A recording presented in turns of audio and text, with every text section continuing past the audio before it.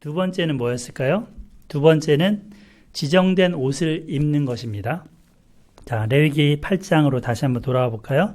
8장 7절로 9절까지입니다. 제가 읽을게요. 아론에게 속옷을 입히며 띠를 띄우고 겉옷을 입히며 에봇을 걸쳐 입히고 에봇에 장식 띠를 띄워서 에봇을 몸에 메고 흉패를 붙이고 흉패에 우림과 둠빔을 넣고 그의 머리에 관을 씌우고 그 관 위 전면에 금패를 붙이니 곧 거룩한 관이라. 여호와께서 모세에게 명령하신 것과 같았더라. 13절도 한번 보겠습니다. 모세가 또 아론의 아들들을 데려다가 그들에게 속옷을 입히고 띠를 띄우며 관을 씌웠으니 여호와께서 모세에게 명령하신 것과 같았더라. 이 씻는 정결 예식을 수행한 다음에 이제 지금 특별하게 제작된 옷이 있죠. 저도 이 특별하게 제작된 옷을 오늘은 입었는데요. 네, 이런 옷을 입고 하는 거예요. 그죠? 그날도 임직식 때 이제 다른 목사님이 입혀주는 거를 그 순서에 있더라고요. 그래서 입혀주고 그 다음에 서는 거죠. 이때도 지금 모세가 입혀주는 거예요. 다 큰 어른들이 자기 옷, 자기 하나 못 입겠어요? 예. 그러나 입혀주는 거죠. 예. 지금 보면은 입혀주는데 옷이 아주 휘황찬란하죠. 이 옷에 대해서는 우리 출애굽기 28장에서 자세히 배웠었어요. 예. 안에 저 하얀 옷은 뭐예요? 세마포, 하얀 옷. 근데 여기서는 속옷이라고 되어 있어서 그냥 아론의 아들들은 저 옷만 입거든요. 하얀 옷만. 그래서 속옷이라고 하면 조금 그렇다 했죠. 예. 그래서 그 팬티나 뭐 이런 건 아니잖아요. 그죠? 예. 그리고 저 옷에다가 겉옷은 파란색의 옷을 입었어요. 파란색의 옷을 입고 그 다음에 에이프런, 이 앞치마처럼 생긴 게 에봇이죠. 에봇이라고 히브리 말로 되어 있는데 저 에봇은 4가지 실로 정교하게 짰다 그랬어요. 그리고 띠도 마찬가지로. 그래서 그거를 이렇게 입는데 약간 뒤는 터져 있고 앞에만 이렇게 있는 옷이에요. 저 옷을 입고 띠를 메고 그리고 나서 가운데 뭐냐면 이게 가슴 흉자에다가 패, 가슴에 있는 패. 우리 한 뼘 한 뼘 해볼까요? 가슴에다가 손으로 대서 한 뼘 한 뼘. 예, 요 정도 크기예요. 이 흉패에는 12개의 보석이 저렇게 박혀 있습니다. 저 보석 하나하나마다 홍마노, 뭐 석류 이런 식으로 다 보석이 다 종류가 다른데 다 뜻하는 게 뭐였죠? 12지파를 뜻하는 거였죠. 그러니까 가슴에, 제사장은 가슴에 이스라엘 백성들을 가슴에 품고 하나님 앞에 나아가는 의미를 저기 둔 거죠. 그리고 이 백성들은 하나님 앞에 어떤 사람들인 거예요? 백성이? 보석 같은 사람. 그래서 출애굽기 19장 5절 6절에 보면 내 소유를 삼겠다. 그 소유가 쉐골라잖아요. 그게 보석, 보배. 보배 삼겠다. 우리 에스라 소망교회 우리 성도님들도 다 제게도 보석이고요. 하나님께 보석 같은 분들입니다. 아멘. 예. 저기 우리 주한이도 보석이고요. 다 근데 보석이 색깔이 다 다르고 특성이 다 달라. 다 똑같지가 않아. 그잖아요? 예. 근데 다 각자 아름다운 거예요. 어제 한 유튜브에서 이제 한 시인이 있는데 그 할아버지 시인이에요. 그분이 그러더라고요. 올해 한 40년을 초등학교 교사 선생님을 했었는데 이제 그 사랑에 대한 얘기를 많이 쓴 시인인데 자세히 보니 아름답다는 거예요. 꽃도 그렇고. 그런데 맨 마지막에 너도 그렇다라는 얘기를 짧은 시를 써놨어요. 그러니까 각자가 다 아름답고 꽃보다 더 아름다운 거죠. 하나님께 그러한 존재들인데요. 이 옷에서 그거를 다 새겨 놓으셨습니다. 그리고 나서 이제 이 뭘 썼어요? 터번 같은 모자를 썼죠. 이렇게 예. 터번 같은 모자를 쓰고 가운데는 금패를 달았는데 여기에 여호와께 성결, 거룩이라는 카도시라는 그 글자를 새긴 거를 패를 달았습니다. 그래서 하나님 앞에 그 거룩함으로 나아가야 된다라는 것을 여기에 모자에도 새겨놨습니다. 이 의복은 그 한 사람의 위치를 나타냅니다. 아론과 그 자녀들은 사실 백성들하고 똑같은 위치이었습니다. 그런데 하나님이 이들을 따로 구별해서 백성들과 따로 구별해서 하나님을 섬기는 제사장으로 지금 부르십니다. 그걸 위해서 합당한 의복을 지금 입게 하십니다. 그래서 그 제사장의 옷을 입음으로써 그 속에 아론과 그 아들들의 속에 있는 연약함, 그런 것들을 다 가려주는 거죠. 그리고 힘을 실어줍니다. 연약함은 가려주고 힘을 실어준다고요. 마치 우리가 전쟁터에 나갈 때 뭘 입어요? 갑옷 입죠. 갑옷을 입으면 어떠한 화살이 와도 막아내는데 이거를 막아낼 수가 있고요. 창도 잘 못 뚫죠. 그와 같이 영적으로 이렇게 옷을 입혀주셔서 단단하게 하십니다. 자, 28장, 출애굽기 28장 14절에 이런 말씀이 있어요. 네 형 아론을 위하여 거룩한 옷을 지어 영화롭고 아름답게 할지니 제사장 직분을 행하게 하라. 여기 써놨죠. 네 형 아론을 위하여 어떠한 옷? 거룩한 옷, 영화로운 옷, 아름다운 옷을 지금 입히라는 것입니다. 그러니까 이 옷을 입으면 어떻게 보이는 거예요? 거룩하게 보이는 거죠. 또 아름답게 보이는 것이고 영화롭게 보이는 것이죠. 그렇게 보입니다. 다음 페이지 보시면 소방관은 뭘 입어요? 소방복을 입습니다. 경찰관은 경찰복을 입습니다. 군인은 군복을 입습니다. 자기 신분에 걸맞는 옷을 입습니다. 그런데 그 신분이 아닌데도 그런 옷을 입으면 여기 아이처럼 그 신분처럼 보입니다. 소방관이 아닌데 소방복을 입으니까 소방관 같잖아요. 예. 그만큼 옷이 중요합니다. 우리는 이제 예배 올 때 예배 드리는 그 자세에 대해서 생각해 보면 그 예배에 걸맞는 옷을 입는 게 필요하다라는 그런 교훈을 받습니다. 그냥 집에서 입는 헐렁한 잠옷이나 운동복을 이렇게 입고 오는 게 아니라 어쩌면 하나님 앞에 가장 좋은 옷, 아름답고 영화로운 옷, 거룩한 옷을 구별해서 입고 오면 좋겠습니다. 무엇보다도 세상에 나갔을 때도 그 세상 사람들이 볼 때, 저 사람은 아름다운 사람이야. 저 사람은 정말 영화로운 사람이야. 라고 보여질 수 있는 그런 옷을 입고 다니면 좋겠습니다. 그렇다고 뭐 빛깔 번쩍하는 이런 보석 찬란한 것을 달고 다니라는 얘기는 아니죠. 예. 아시다시피 우리의 마음 자세, 우리의 삶의 자세가 그러해야 된다는 것입니다. 자기를 과시하기 위해, 드러내기 위해 만약에 옷을 입는다면 아마도 예수님께 지탄을 받을 겁니다. 옷수를 길게 하고 이렇게 자기를 드러내는 바리새인과 같다고 예수님 말씀하시겠죠. 그러나 정말 우리의 옷이 예수 그리스도의 옷이라면 얼마나 좋을까요? 옷 자체가 예수님이라면 얼마나 좋을까요? 근데 로마서에 그런 말씀이 있더라고요. 로마서 13장에 그런 말씀이 있어요. 저기 써놨죠? 13장 12절에 밤이 깊고 낮이 가까웠으니 그러므로 우리가 어둠의 일을 벗고 빛의 갑옷을 입자라는 말씀이 나와요. 14절에는 오직 주 예수 그리스도로 옷 입고 정욕을 위하여 육신의 일을 도모하지 말라 이렇게 나와요. 옷 입는데 빛의 갑옷을 입고 그리고 예수 그리스도로 옷 입으라. 이게 옷이 번쩍번쩍 하는 거죠. 빛의 갑옷이니까. 그 당시 이런 그 밤과 낮이라는 개념, 그리고 어둠과 이러한 그 방탕이라는 개념이 이제 영적으로 해석이 되는 거예요. 풀이가 되는 거예요.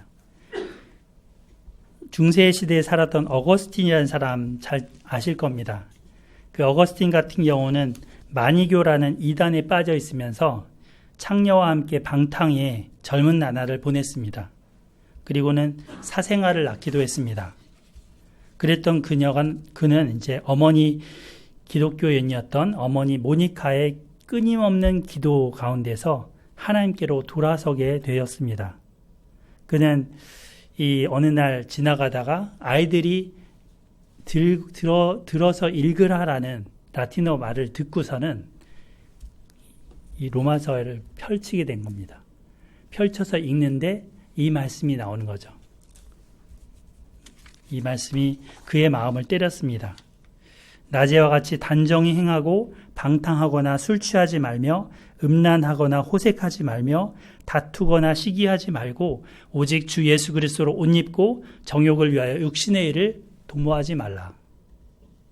정욕을 위하여 육신의 일을 도모하지 말라. 그래서 그는 그 이후에 예수님을 마음에 모셔드리고 결국에 기독교 신앙의 신학 기초를 놓는 인물이 되었습니다. 나중에 칼빈 선생님도 이 어거스틴의 신학을 보고 배우면서 종교개혁을 추진을 하셨습니다. 그래서 이 어거스틴이라는 사람은 카톨릭 쪽에서도 굉장히 위대한 인물로, 개신교 쪽에서도 굉장히 위대한 인물로 이렇게 서로 받드는 인물입니다.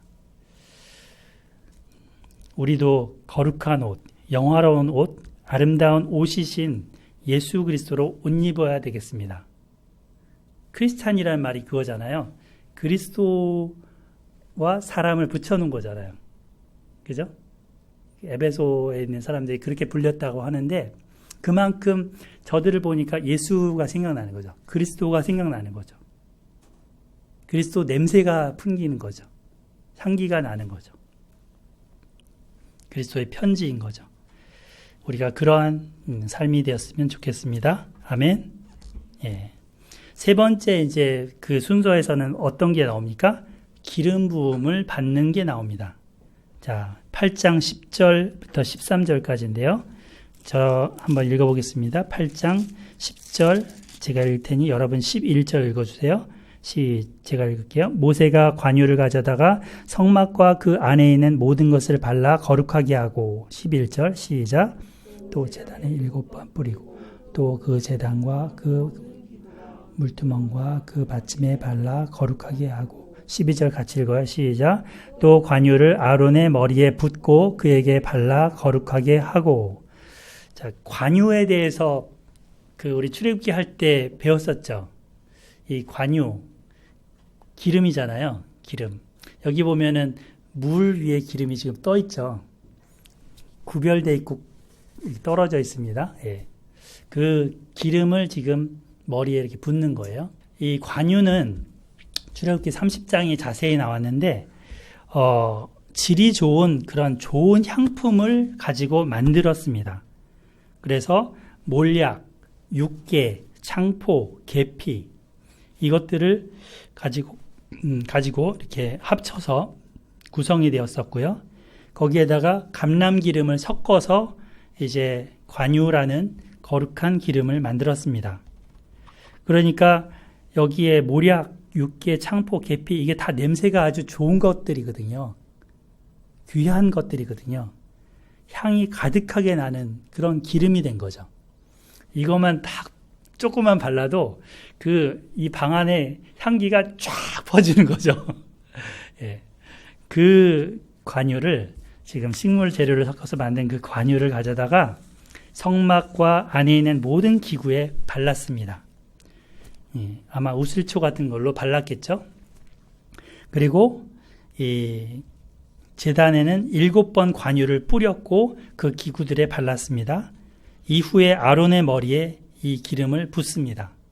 머리에 붓는데 아들들은 안 발랐고요. 대제사장만 부었습니다.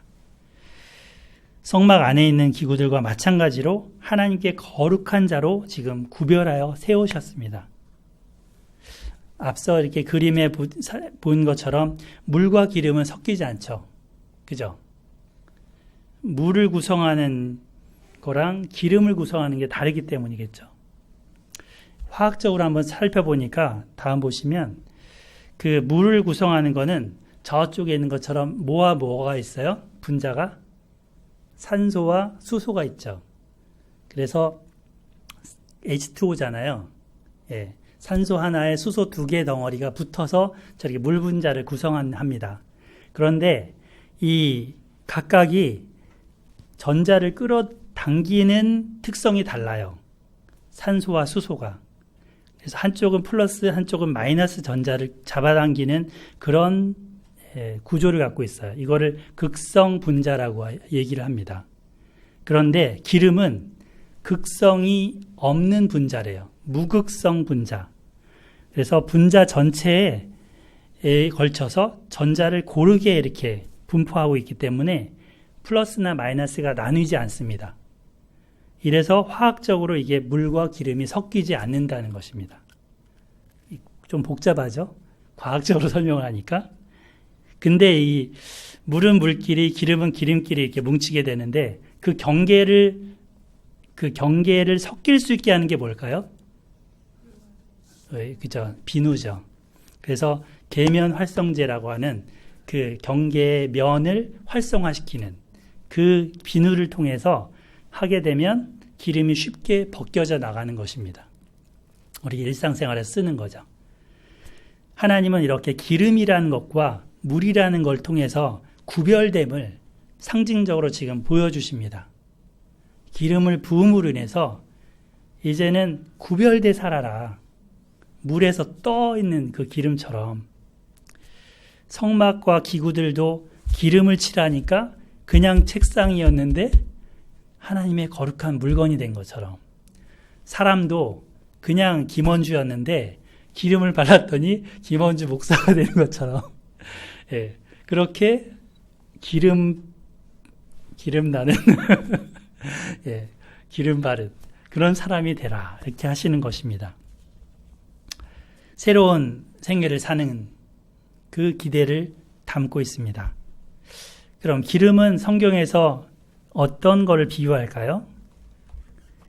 대체적으로 성령님의 은혜, 성령님을 많이 비유하고 있죠. 예. 자, 우리 고린도 후서 1장 한번 찾아보겠습니다. 고린도 후서 1장 21절로 22절입니다. 고린도 후서 신약성경 287페이지 1장 21절로 22절. 예, 찾으셨으면 제가 읽겠습니다. 우리를 너희와 함께 그리스도 안에서 굳건하게 하시고 우리에게 기름을 부으신 이는 하나님이시니 22절 읽어주세요. 시작. 그가 또한 우리에게 인치시고 보증으로 우리 마음에 성령을 주셨느니라. 네, 21절에서는 기름을 부으셨다 했는데 22절에는 성령을 주셨다 했잖아요. 같은 거죠. 바울은 그걸 같이 얘기하고 있는 거죠. 그래서 기름 부으심으로 인치시고 그 하나님이 보증, 기름 부었다라는 그 표시로서 성령을 주셨다는 겁니다. 요한 1서로 이제 또 한번 가보겠습니다. 요한 1서 2장 20절. 제가 읽을게요. 너희는 거룩하신 자에게서 기름 부음을 받고 모든 것을 아느니라. 21절 읽어주세요. 시작.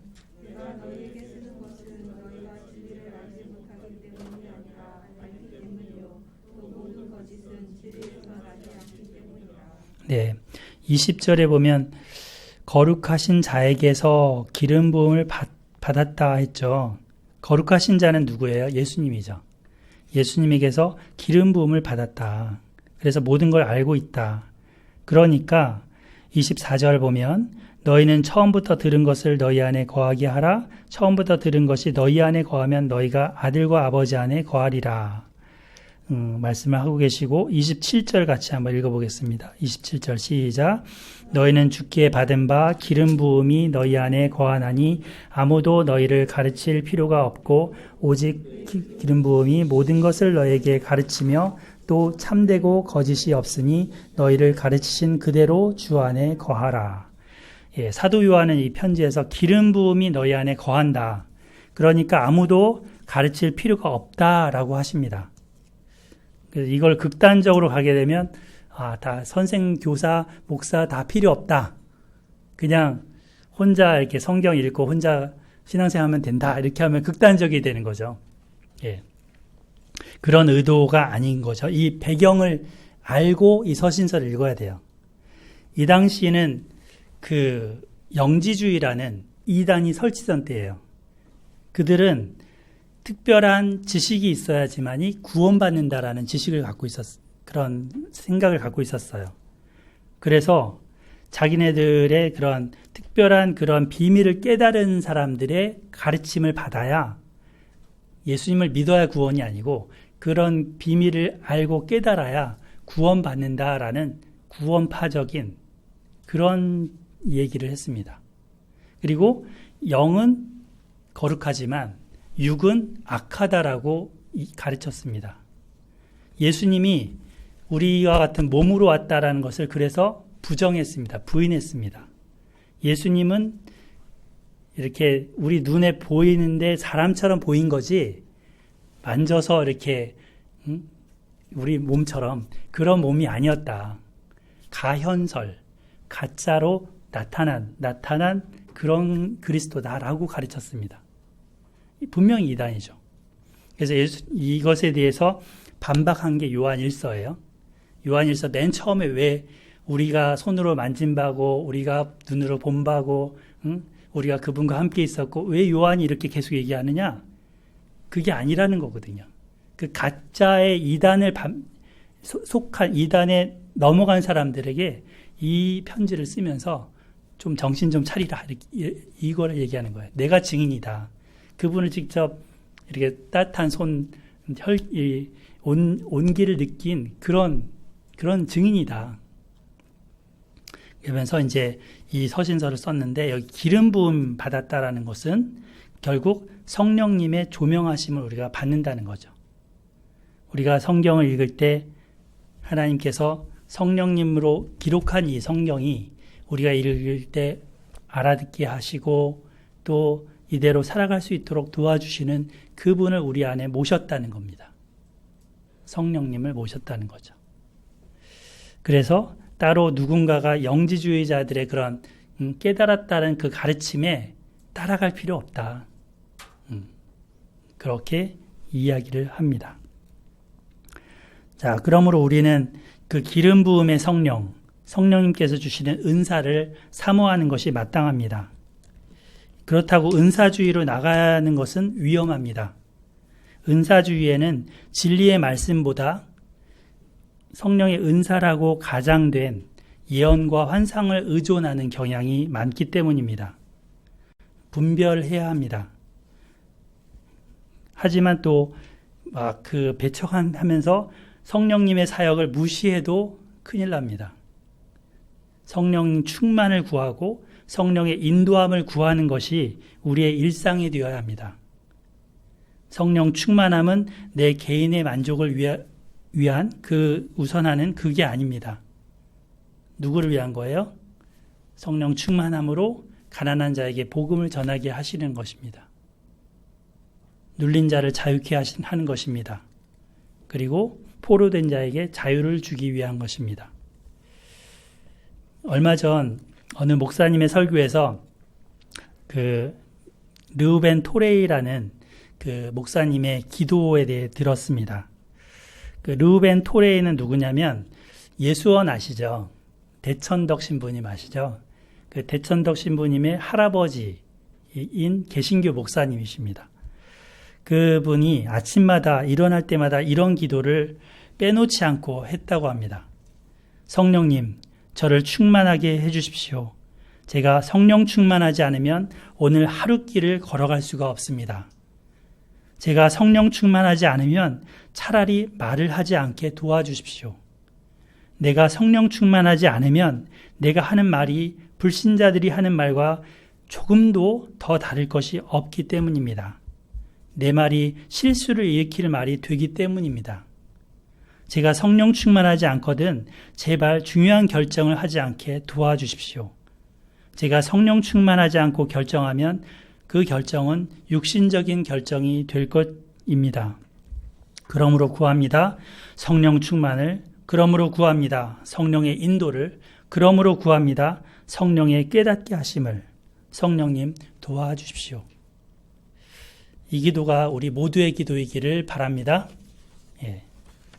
우리 모두의 기도, 저의 기도이기를 바랍니다. 성령 충만, 그 기름 부으심 안에 살아가기를, 그래서 구별된 삶, 거룩한 삶이 되기를 소망합니다. 아멘. 예. 자, 네 번째 보시면 이제 순서상에서